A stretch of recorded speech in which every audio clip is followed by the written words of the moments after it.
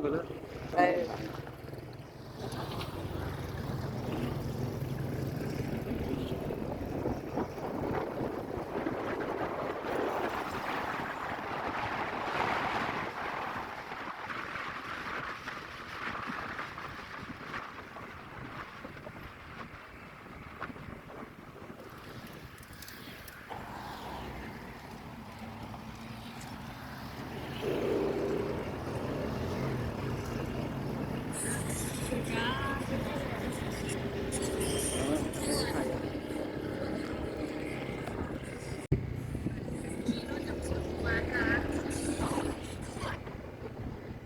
กูเอารถจักรมาก่อนรถจักรมาแง่มือเด้อพี่แกะไปเด้อ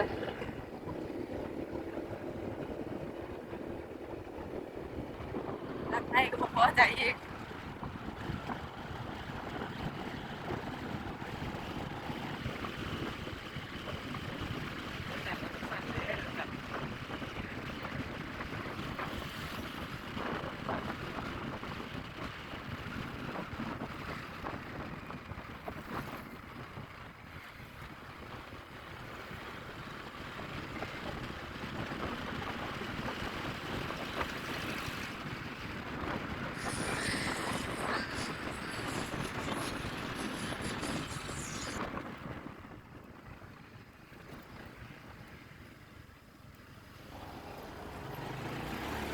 จะพังดีวะพ่อจ้ะ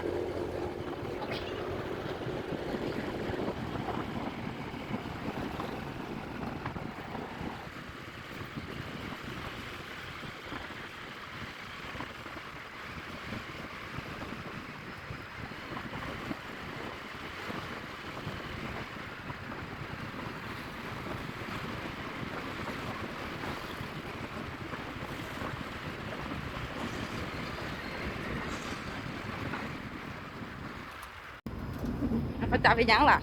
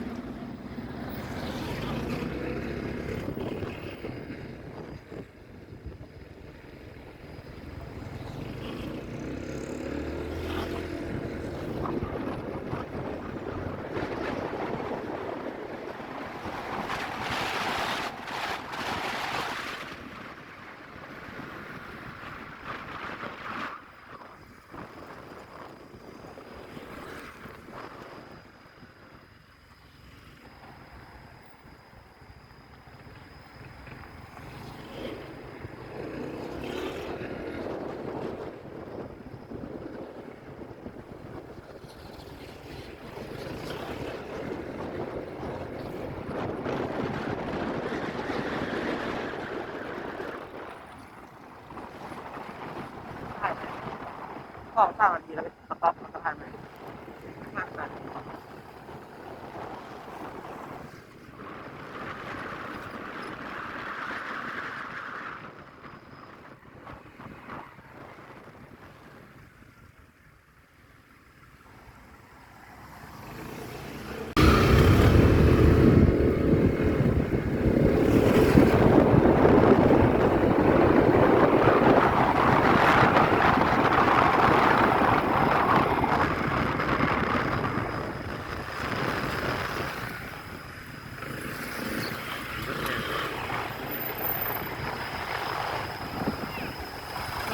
ขอถามคอยนะ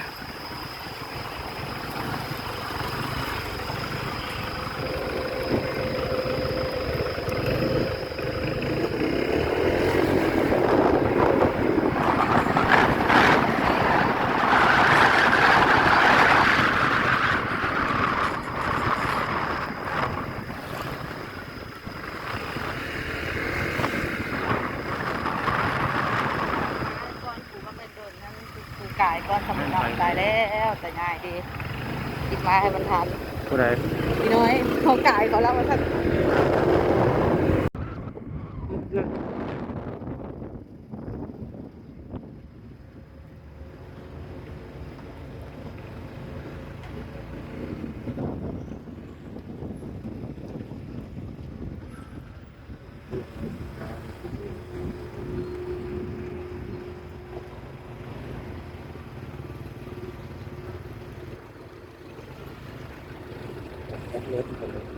ตกเลนเลยนะ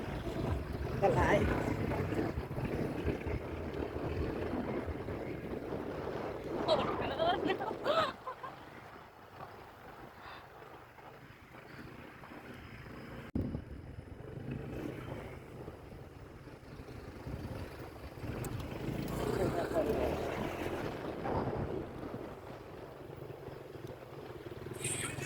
ได้มึงกับเบิ้งรถนี่แหละฉันกูขี่รถจักร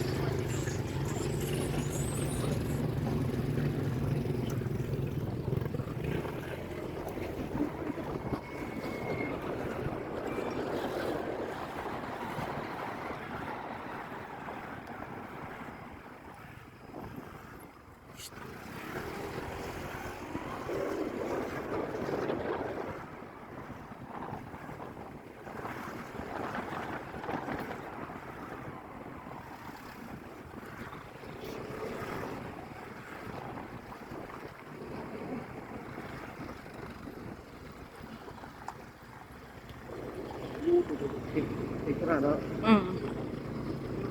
มุ่งก่อนเลย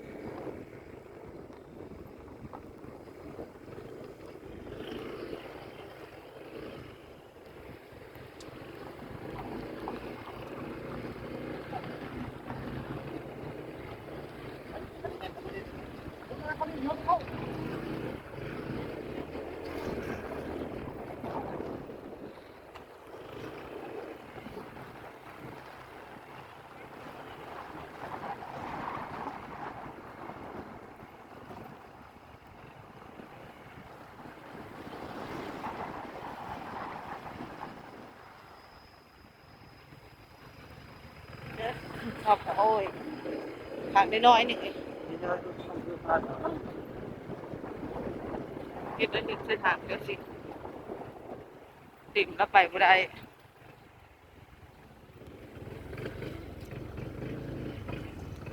อู้ปานนี้ตายเลย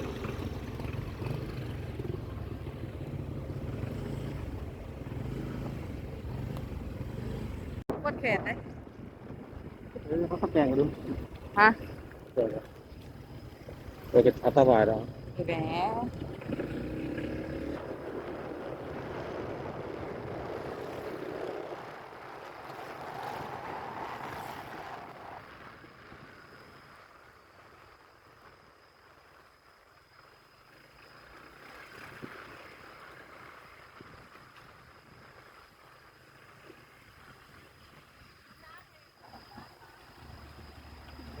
จัดเลย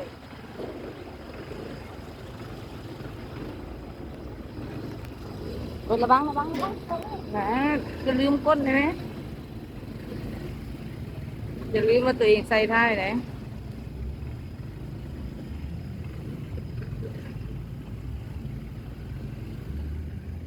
มันมาวิดหน้าแล้วชีวิตได้หลังรถตัวนะ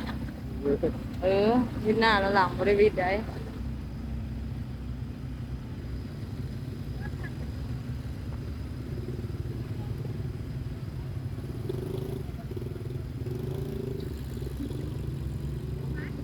เฮ้ย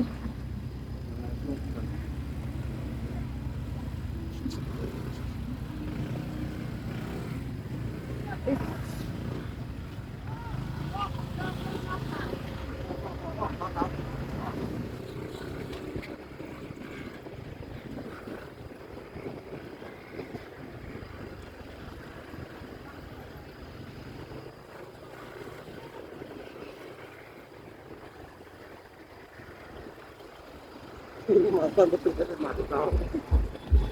พวกนั้นพวกรถใหญ่อย่าขึ้นว่าจะอันไปเข้าได้นะอย่าหวัง พวกอันที่ว่า คำปรับ ตอนตาแล้วมันก็ที่มาที่ละขั้นความเยอะ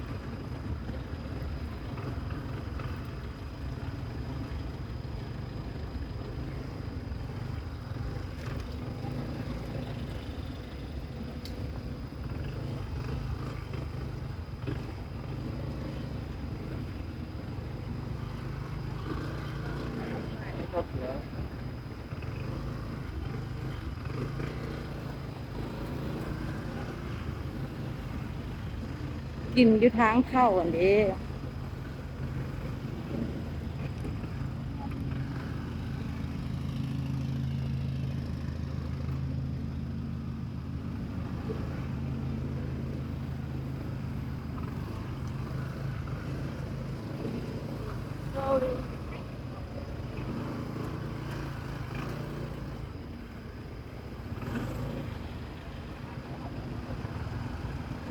ไปละ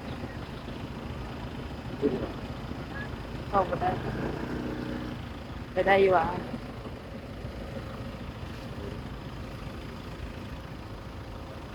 คนละเป็นคือว่าเรื่องไม่ต้องมานี่ ลงมาได้วะโอ้บ่ได้ดิบ่ได้